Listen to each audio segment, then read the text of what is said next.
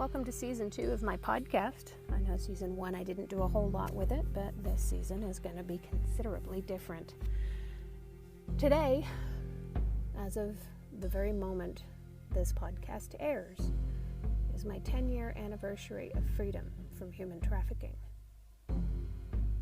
It's hard for me to say that. It's a very emotional time for me. It was at 3:30 in the afternoon when I came down the escalator at Los Angeles International Airport on June 19th, 2011, and I saw a friendly face for the first time.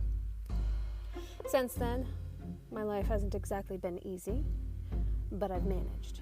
I have survived. I have become the survivor. In December of last year, I decided I was finally going to write my autobiography. I'd been wanting to do it for a couple of years. I don't know why all of a sudden the floodgates opened and I was finally able to do it, but I'm incredibly proud of this book. As a result, right now I hold in my hands my brand new published book, Custom Justice. You see, it's pretty much impossible to prosecute a trafficker across international borders. And as I read the book over the next few months, you will learn firsthand exactly what I mean by that. So welcome to Custom Justice.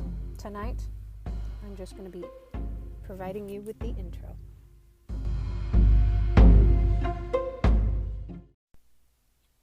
This book is dedicated to the survivor in us all.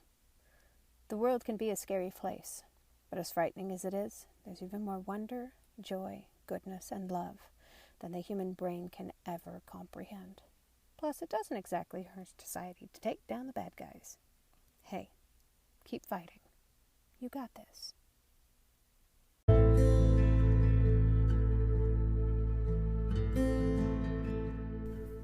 I'll be back in just a moment.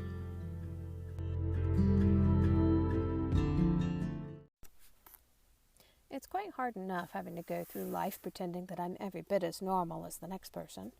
But that's what most people do all their lives anyway. Honestly, there's really no such thing as a normal life to begin with. People don't realize it, but many of us are just as scared or hurt or damaged as the next person. Some of us really are great at plowing through the fear and covering it up as though it doesn't matter.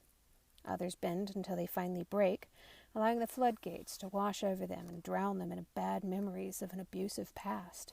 Often this results in lashing out at loved ones, or even worse, at total strangers. Sometimes this happens on the internet. I refuse to break, but I'm one of the rare few who also refuse to be quiet about the past. I decided a long time ago that I would fight back, but I never imagined this would be the direction my life would eventually take me in. Having to dig up old memories of the past long since buried after I attempted to forget was all a bit too much for me at first. It took many years to finally decide to learn more about what I'd been through in order to start categorizing it.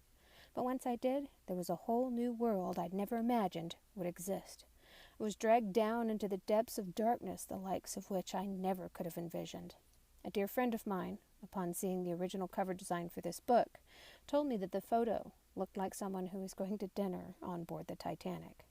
What a perfect analogy for my life, I thought, and how humbling to be one of so few to have received a spot in one of so few lifeboats available. Life started out as a bit of a struggle for me, and things did occasionally get better before becoming catastrophically worse. I would gain some ground, only to be knocked back again. I moved to Colorado in 2016, and thanks to my dear friend Bill, I found myself one day sitting in the front row of a Shift Freedom anti-trafficking event. Speakers from all over the state would take turns talking about the dangers of human trafficking. I knew it was a problem, and that it happened to kids far more often than anyone wanted to admit, but I never imagined I'd have first-hand experience with human trafficking. Still, it was something I was passionate about helping to fight, mainly because of the abuse I'd suffered in my past. I never imagined that I would leave that event only a few short hours later with some rather powerful allies, and the much more broad understanding that I truly had been a victim of human trafficking, and not just abuse. I couldn't face it before that day, but with irrefutable evidence laid out before me, I couldn't deny it after that day. I had already written and published my first book in my own name. and I even had a copy of Detailed Pieces of a Shattered Dream in my hands that day. At the back of the crowded auditorium that day, I handed the book to the founder of the Shift Freedom movement and introduced myself to him as a survivor of human trafficking.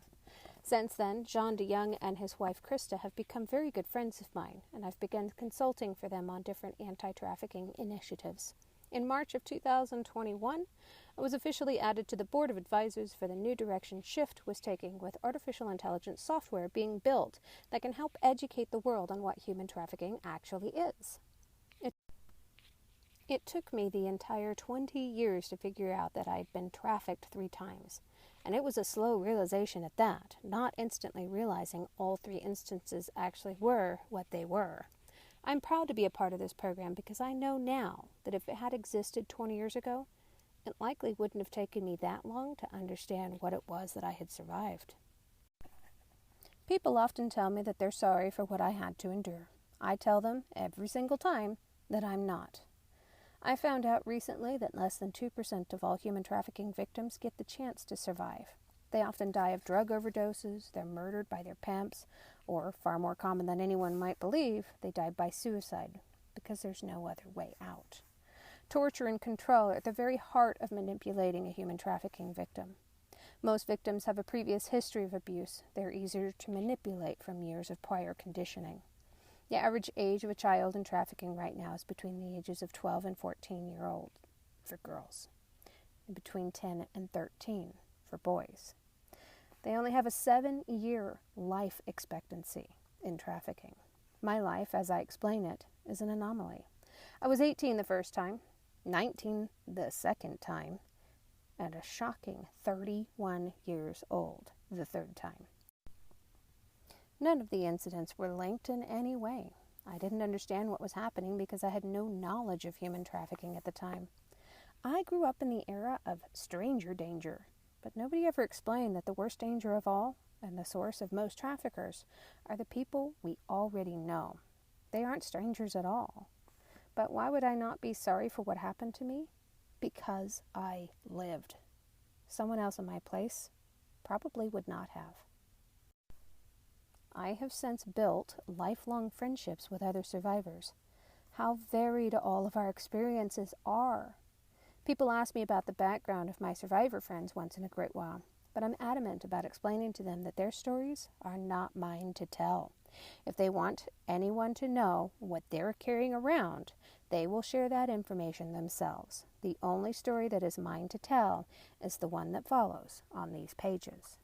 Somebody else's lived experience is not what I'm the expert of, and I have no business telling it.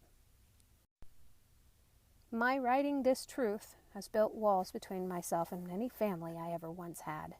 As you may read through my early childhood, you may gain an understanding as to why that might be. For many years, I also did not understand my own childhood abuse. I thought, and was always told, that abuse would be defined as physical abuse resulting in bruises, scars, and broken bones. There were other abuses I didn't feel comfortable telling anyone about, and they stunted my adult maturity so much that at the age of 41, I'm only just now understanding how to take control of my finances and find some sense of stability in my own life. I didn't understand what a sociopath was. I didn't know narcissistic abuse existed. I had no idea how warped my life could be based on the little things that were said or done to me along the way. One of the worst memories of my young life was when my own grandmother told me that it looked like a cow had farted in my face because of all the freckles I developed over a long summer in an Arkansas countryside when I was 7. I cried, of course. Before then, I didn't really mind my freckles. I didn't pay much attention to them. After that, I couldn't stand them. There was a polar change in me. My mother also said that she couldn't stand my ugly hair color, so she dyed it blonde when I was 16 years old. Because of the natural red in my hair, it turned out carrot orange, and she had to repeat the process again and again. Before then, I didn't give much thought to my hair, as it was often a subject of interest in school when other kids would wonder if it was red or brown because of the way the fluorescent lighting hit inside the building. After my mother bleached it, I kept it colored for many, many years. If my own mother couldn't stand my hair color, surely I shouldn't tolerate it either. My brother, a certified genius, loved to play chess whenever we could. But the certified genius didn't understand how to be a graceful winner. No, he didn't do many things very gracefully at all. Instead, every time he would win, he would dance around and rub it in my face, calling me stupid. I grew up believing that I was. Never in my life did I imagine that I'd have enough intelligence to put together enough words to write an entire book of my own. Much less, at this point, several of them. The road to recovery after trauma is long and winding. No two paths are ever the same. I tell people all the time not to compare their experience to anyone else's because nobody walked their roads. Experiences shouldn't be compared because every tragedy is tragic. Every victory is victorious. Trauma alters our brains to think in new ways. We build new bridges from one part of our brain to another, while other parts shut down completely. We develop what is theoretically known as adrenal fatigue that can cause weight gain, sweets cravings, depression, low energy, brain fog, lightheadedness, and so many other health conditions. Adrenal fatigue theory suggests that someone being extensively exposed to stress for a prolonged period of time would drain the adrenal glands. Someone exposed to torture, rape, sodomy, would surely have drained adrenal glands just from keeping themselves alive. Someone who experiences all of that by way of human trafficking for a much longer period of time would have a well-sustained adrenal fatigue. We get locked into survival mode. It's nearly impossible to change the way our bodies react to situations after that. Unfortunately, adrenal fatigue is not yet accepted medical diagnosis, yet every survivor I know does experience pretty much all of the symptoms outlined in every medical journal that discusses the possibility of the existence of adrenal fatigue, myself included. It's certainly not easy learning how to live with a trauma brain, whether that brain is inside your own skull or in the head of someone you love. The most random acts can sometimes trigger emotions we'd buried long ago. It can also be a shock to any controlling personalities to end up in a relationship with a survivor. We were manipulated and controlled for so long that the first hint of any controlling or jealous behavior can send us spiraling out of control, and you can almost guarantee to kiss that relationship goodbye. The guilt trip has the same effect on me these days. If I catch a single person trying to guilt me into anything, I'll absolutely refuse to do whatever it was, even if it was something I'd already planned on or had wanted to do. There are very rare exceptions to this, such as the begging of my best friend's special needs kiddo. That kid can talk me into just about anything. I'm not expecting fame and fortune out of having written this book. I think more than anything, I'm hoping that just one person might read this and understand that they are not alone. Maybe they can come to terms with what has happened to them, in spite of not having any help or support for so many years. The process of writing it has actually given me a more broad understanding of my own life and what I've been through. It's done enough for me. It's time to share the possibilities with others. For anyone struggling to cope with past trauma, I cannot urge it enough. Please try to seek help. If you need it, it is out there. If you can't afford it, help is still available through other avenues. I didn't think it was, but my mind was blown by the possibilities once I'd finally found the right people. My world has forever changed, so many times over, but finally for the better, thanks to the good people of Shift and another organization known as Covered Colorado. I'm not entirely sure I'd have survived the last few years without them, or without my best friend. I've had a number of people read the early editions of this book for several different reasons. Though they received an incomplete version, the majority of the information was already in the book. Still, I'd like to acknowledge each of them for their contributions to this effort. My best friend Colette has always been there since the day we met, guiding me with her own strength that the rest of the world may not have even realized she has, including herself. She's one of the strongest people I've ever known, and her friendship has strengthened me in ways I couldn't pretend or begin to predict. Vicky, whom I've known since childhood, was very fast to offer her assistance as an editor, which I so desperately needed. Abby, a dear friend of a dear friend, also wanted to lend her support in the editing process, and I was only too willing to invite her along for the ride. Lil, my fellow survivor, came into my life when I think I needed her the most. She's been constantly encouraging me to keep going and to tell my truth for all those who have been permanently silenced. My fantastic, anonymous PR person reached out to me after I put out a call through social media, crying out for help. I had no idea what I should do, where I should go, how I should get started once I got the book put together. Without her, I don't know that this book would even be in existence right now, much less being held by those who are following along, reading the pages. I don't know that these words will ever filter through your mind without her. She's a miracle worker. Danny pushed hard right away to bring some publicity to the efforts. Monica took the reins and put me in touch with Luke and Michael. They're all miracle workers in their own right, to create the digital content I desperately needed to help with the launch of this book. Laura wanted to review my book for her Denver-based book club, and I was only too eager to facilitate in that happening. Jakes, my friend of 18 years, was eager to help build a beautiful brand new website just in time for the book launch. I was humbled by the offers of assistance from every random corner of the universe, and how things seemed to come together for me in order to make this book really happen. As I write these words, I don't know how many more doors are going to open because of what I've written, but in the end, it's not about me. I don't want to be famous because of what I've been through. Personally, I'd rather not be famous at all. But there's a reason I was spared. If this is the reason, then that's not really up to me anyway. It's all up to the big guy. Most importantly, I humbly thank God for my life and for my direction. But no matter how many people I have to thank, there's always one more, and that's you.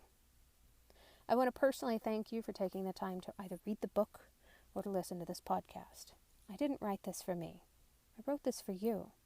This is truly dedicated to the survivors out there, and not just the survivors of human trafficking. As you'll learn, there's so much more than just trafficking that I managed to survive. This is for all the people out there who survived child abuse, trauma, bigotry, hatred, bullying, natural disasters, domestic violence, and the myriad of other things that we can go through that cause us to question our very existence. It's important to move beyond the victim mindset and to learn how to be a survivor so that we might eventually learn how to thrive. When it comes down to brass tacks, every single human I've ever met has survived something they probably aren't the most comfortable talking about. This book was written for the voiceless. May you someday find your voice and understand that your trauma is not your fault. It's okay to move on with your life now. You are much stronger than you think. And the names, of course, in the book have mostly been changed.